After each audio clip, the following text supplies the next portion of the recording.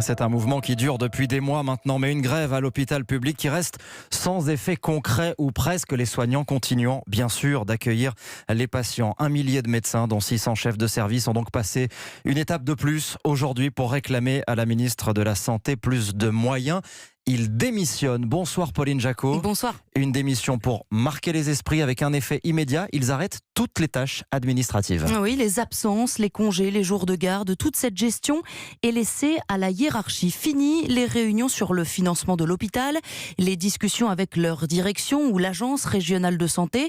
Les chefs de service gardent leur blouse de médecin, mais quittent celle de médiateur. Une décision difficile mais nécessaire, selon Xavier Mariette, le chef du service rhumatologie à l'hôpital du Kremlin-Bicêtre. On attend vraiment qu'Agnès Buzyn se ressaisisse. Elle est elle-même médecin hospitalier, elle connaît la situation.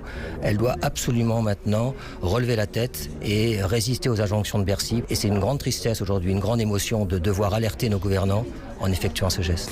Tous ces médecins dénoncent le manque de moyens, de matériel partout en France et dans tous les services. Démissionner aujourd'hui, c'est une manière pour Antoinette Perla, chef de médecine interne au CHU de Rennes, de sauver l'hôpital public. Il y a un manque de lits, notamment en pédiatrie. On a eu des enfants qui ont été hospitalisés en gynécologie faute de lits.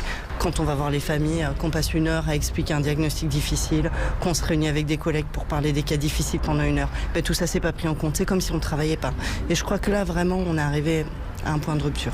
Un point de rupture sur le salaire des infirmières, notamment le 28e sur 32 pays de l'OCDE selon ces médecins. Résultat, ces soignants sont de plus en plus nombreux à quitter l'hôpital public et ne sont, disent ces médecins, presque jamais remplacés. Les précisions de Pauline Jacot, merci.